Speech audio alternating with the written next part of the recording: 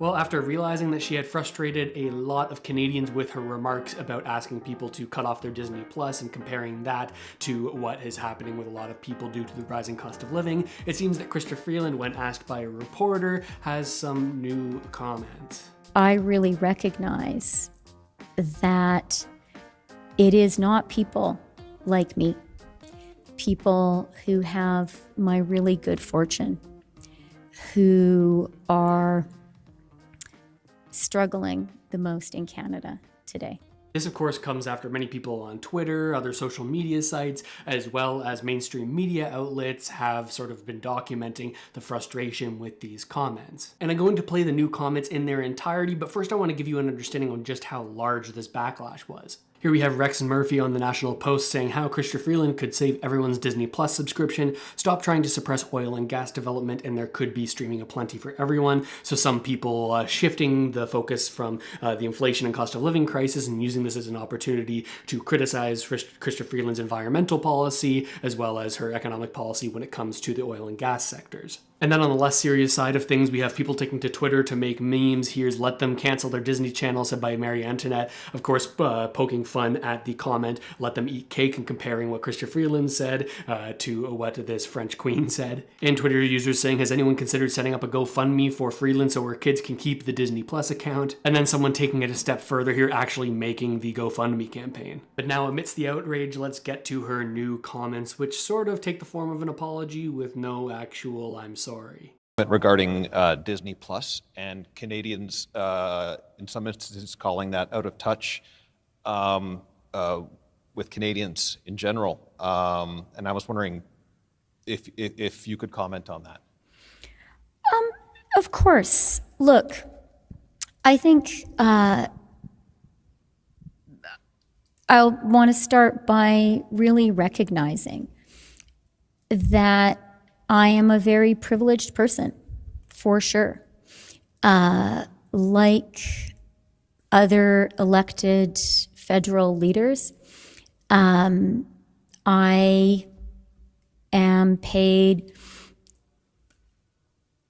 a really significant salary, and I know that that puts me in a really, really privileged position. And I really recognize that it is not people like me, people who have my really good fortune, who are struggling the most in Canada today. The people who are struggling in Canada today with today's high prices aren't people like me. They're not federally elected politicians. They are people across the country who earn a low income, who really do find that today's high prices mean they have to make difficult choices about what food to buy, about whether to buy groceries or pull together the money to pay the rent. So I 100% recognize that. And in fact, it is that recognition which shaped so much of the fall economic statement, which shaped our decision to focus government resources on helping the most vulnerable, which drove our decision to double the GST tax credit that goes to the 11 million most vulnerable households in Canada.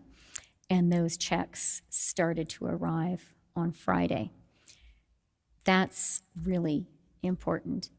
It is that recognition that the people in Canada who are struggling, for whom inflation really is a direct personal challenge, are people like the low-income workers who earn the Canada Worker Benefit, who will be getting the Canada Worker Benefit. And that's why we have taken the decision to pay that Canada Worker Benefit in advance so people don't have to wait So obviously a different tone is set today with her being far more careful with the words that she's saying, taking a slower pace to this response, saying, hey, I recognize it's not me and the people like me who earn a high wage that are really struggling. It's the people who earn a low income and who are the ones that will be receiving the things that she says that she's including inside of this economic update. And then she goes on to sort of list out the items in her budget that she feels will be most impactful for Canadians. Of course, the GST tax credit, the one that went out to many people on Friday, as well as the Canada's Worker benefit, this tax rebate that used to come only once a year at tax time when you filed your taxes, now being split up into 4 different payments, as well as the Canada or the students' support with the no interest on the federal portion of student loans moving forward. But really, no comment on the thing that I think made people so frustrated with this comment. It wasn't the comment in its entirety, just isolated, that made people frustrated. It's the fact that there wasn't inside of this economic update any kind of meaningful impact on Canadians. She sort of talked last night about the GST income covering half of a family's groceries for a month. A lot of people feeling like that was not significant enough, while the Conservatives and the NDP both grilled the Liberals for various different things. Conservatives saying they need to pause all tax increases, the carbon tax increase, as well as the increase of the Canada Pension Plan and the EI contributions.